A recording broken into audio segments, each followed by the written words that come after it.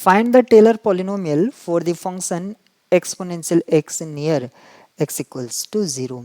यहाँ पर हमें पॉलिनोमियल निकालना है।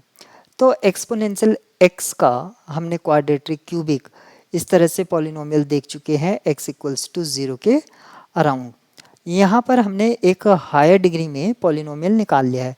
पॉलिनोमियल कैसे निकालते हैं वो आप अच्छी तरह से जानते हैं, मुझे ज़्यादा बताने की ज़रूरत नहीं है। यानी कि f(x) अप्रॉक्सीमेट ये होगा f(0) क्योंकि 0 के अराउंड निकाल रहे हैं, f'(0) x फिर plus f'(0) x square upon factorial 2 और इसी तरह से आपका हायर टर्म्स में चलता रहेगा। f(0) की जो वैल्यू है वो 1 आएगी क्योंकि आप यहाँ पर देख सकते हैं f(x) जो है वो e⁻x है। जैसे ही आप 0 पुट करेंगे तो 1 वैल्यू आ जाएगी। करस्पॉन्डिंग हायर टर्म्स के लिए जो डेरिवेटिव्स हैं उनकी भी वैल्यू 1 होगी।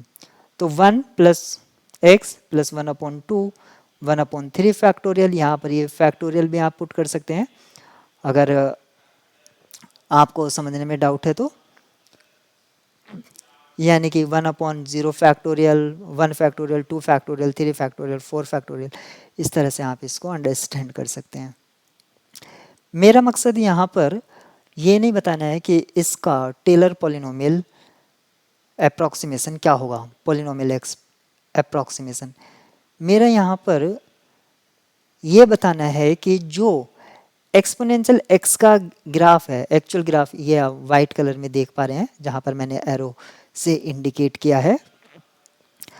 अगर हम एक कांस्टेंट टर्म्स में अगर उस पॉलिनोमियल को देखते हैं तो हमें वो सिर्फ एक पॉइंट पर कट करते हुए दिखाई देता है, क्योंकि हम लोग सभी जानते हैं कि जो एक्सपोनेंशियल x का ग्राफ है वो कुछ इस तरह से है और वो y एक्सिस को सिर्फ एक पॉइंट पर कट करता है।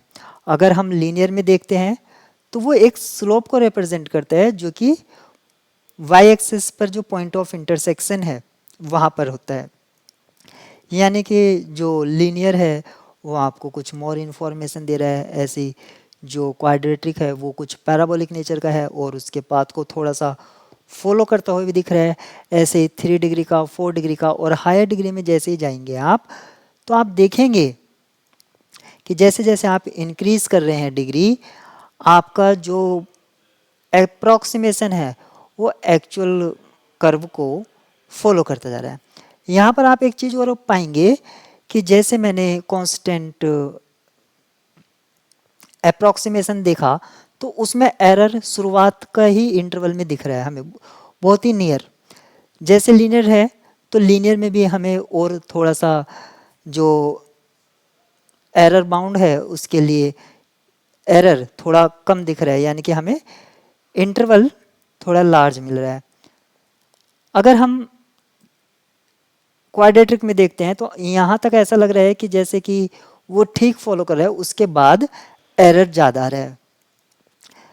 तो एक टर्म्स के बाद या एक स्पेसिफिक पॉइंट के बाद हमें ये पता चलता है कि जैसे जितने डिग्री का पॉलिनोमियल हम कंसीडर कर रहे हैं उसमें एरर के लिए एक बाउंड है। एरर के लिए क्या है? एक बाउंड। तो हमें टेलर्स थ्योरम ये बताती है कि जो वो एरर बाउंड है हमें एरर उससे कम रहेगा, जिसको हम Rnx से डिनोट करते हैं। Pnx तो हमारा पॉलिनोमियल अप्रॉक्सीमेशन हो जाता है और Rnx उसमें क्या हो जाता है? एरर बाउंड या एरर टर्म्स हम इसको नॉर्मली कहते हैं। तो ये हमें बता देता है कि एरर कितना रहने वाला है, उससे ज़्यादा नहीं रहेगा। लेकिन प्रॉब्लम ये आता है कि अगर हमें एरर बाउंड पता है तो उसके लिए कितने डिग्री का पॉलिनोमियल सुटेबल रहेगा फंक्शन के लिए, क्या ये हम पता कर सकते हैं? और ये हम सीखेंगे अगली वीडियो में।